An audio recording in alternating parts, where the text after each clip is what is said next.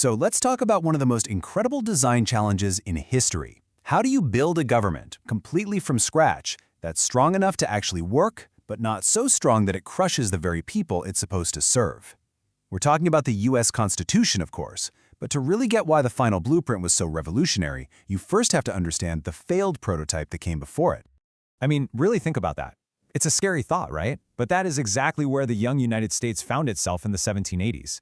Its first rulebook, the Articles of Confederation, wasn't just flawed, it had created a full-blown national crisis. The country was weak, it was broke, and honestly, it was on the verge of completely falling apart. Something had to be done, and it had to be done fast. Okay, so before the Constitution, we all know, there was this first attempt. You can think of it as Government version 1.0. It was designed to be super weak on purpose, mainly because everyone was absolutely terrified of a powerful central government, like the British king they had just fought a war to get rid of. But it turns out they might have gone a little too far in the other direction. The problems with this first draft were, well, they were huge.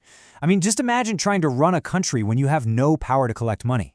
Under the Articles, the national government couldn't tax anyone. It literally had to ask the states for money. There was no president to lead, no national courts to settle arguments between states. It was a complete recipe for chaos.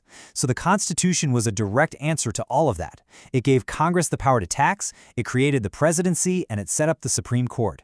It was like going down a checklist of failures and building solutions for every single one. So, with the country basically teetering on the edge, delegates from the states got together in Philadelphia for what we now call the Constitutional Convention.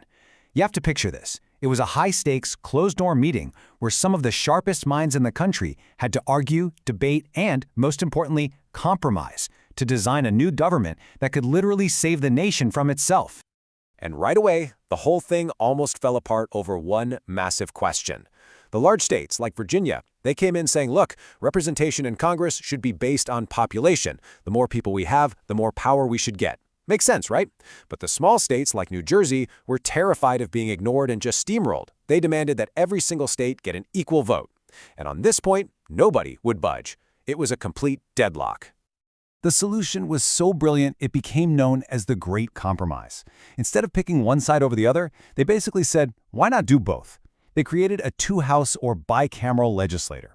So in the House of Representatives, your power is based on your population, which made the big states happy.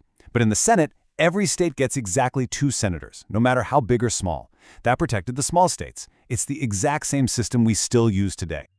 Of course, representation wasn't the only fight. They had to hammer out some other really painful deals. The 3/5 compromise was a truly dark bargain over how to count enslaved people, a deal that baked the horror of slavery right into the government's DNA, all in the name of holding the Union together. Then there was the Commerce Clause, which gave the national government the power to regulate trade between the states, creating a single American economy. These weren't perfect solutions by any stretch, but they were the compromises they felt were necessary to keep the whole project from collapsing. So with those big fights settled, the framers could finally lay out the core principles of their new government. You should really think of these as the fundamental laws of physics for this new political machine they were building. They were designed to keep it stable, balanced, and running for centuries to come. So the framers built this new government on 6 big ideas, and every single one was a safeguard against tyranny.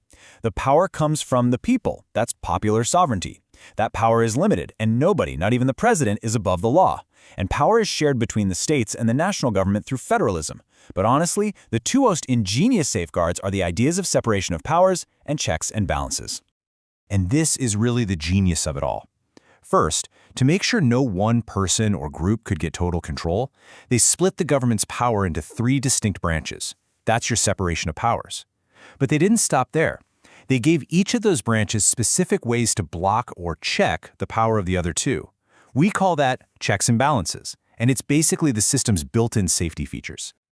All right, so let's pop the hood and take a closer look at these 3 branches. We'll see how this really clever system of brakes was designed to make them work together, and to keep any one of them from getting way too powerful. The division of labor here is super clear and totally deliberate. First, you have the legislative branch. That's Congress, and its main job is to write the laws. Then you've got the executive branch, led by the president. Its job is to enforce those laws. And finally, you have the judicial branch, with the Supreme Court at the top, whose job is to interpret the laws.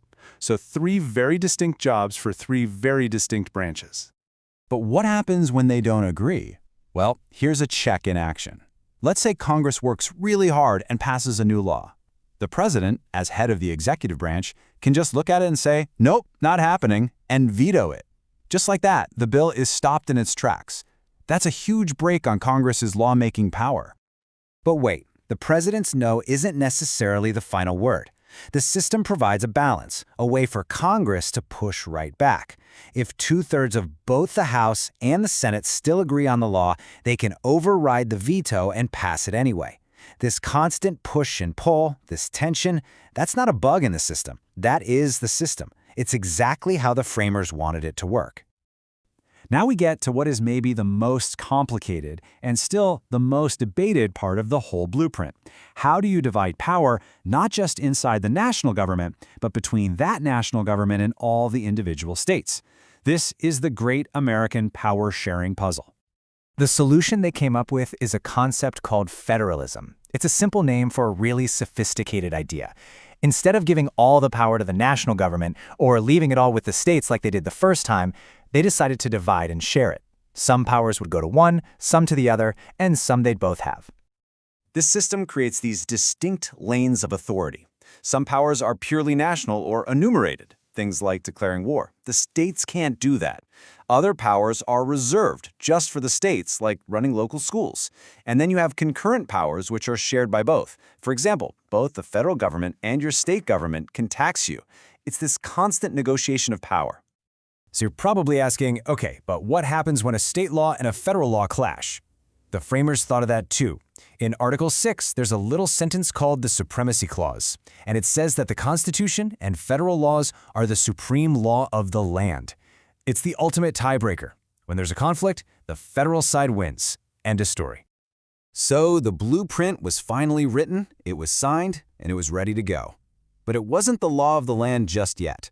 Now came the final, and maybe the toughest step of all, convincing the American people and their states to actually approve or ratify this radical new plan.